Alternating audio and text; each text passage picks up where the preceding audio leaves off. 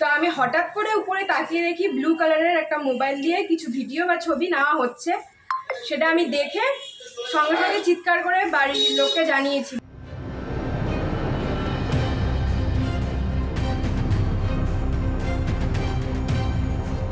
নবদ্বীপ রাধাবাজার এলাকায় একটি হোটেলের শৌচালয় থেকে মহিলার ভিডিও করার অভিযোগে এক যুবককে মঙ্গলবার সকালে আটক করল পুলিশ।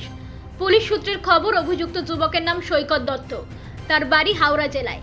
জানা যাচ্ছে, সোমবার সন্ধ্যায় রাধাবাজারের একটি হোটেলে ঘর ভাড়া নেয় অভিযুক্ত। একই সঙ্গে পাশাপাশি দুই মহিলা সহ অন্য একটি পরিবার ওই হোটেলে ঘর ভাড়া নেয়।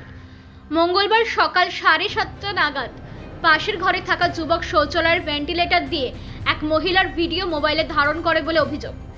এরপর ওই মহিলা হোটেলের মালিককে বিষয়টি জানালে তারাই খবর পাঠান থানায়। খবর পেয়ে ঘটনাস্থলে আসে নবদ্বীপ থানার পুলিশ।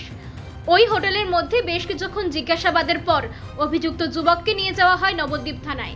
সেখানেই ঘটনার সত্যতা জানতে অভিযুক্তকে জিজ্ঞাসাবাদ শুরু করে পুলিশ। সামগ্রিক ঘটনায় যথেষ্ট আতঙ্কে রয়েছে ওই মহিলা এবং তার পরিবার। ওই মহিলার দাবি, তিনি যখন সকালে শৌচালয়ে স্নান করতে গেছিলেন তখন হঠাৎ পাশের একটি শৌচালয়ের আলো নিভে যায়। তার কিছুক্ষণ পরেই দেখা যায় পাশের শৌচালয়ের ফাঁক দিয়ে একটি মোবাইল থেকে ভিডিও করা হচ্ছে।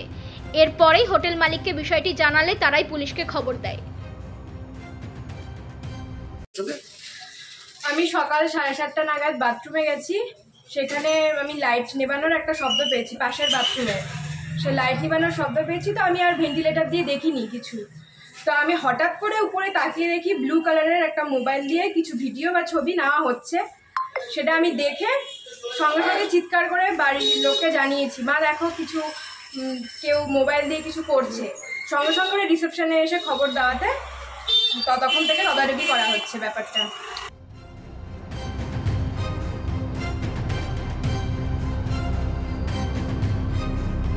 নবদ্বীপ থেকে সুরজিৎ দাসের report, U Bangla TV. U Bangla TV, হৃদয় ছুঁয়ে যায়।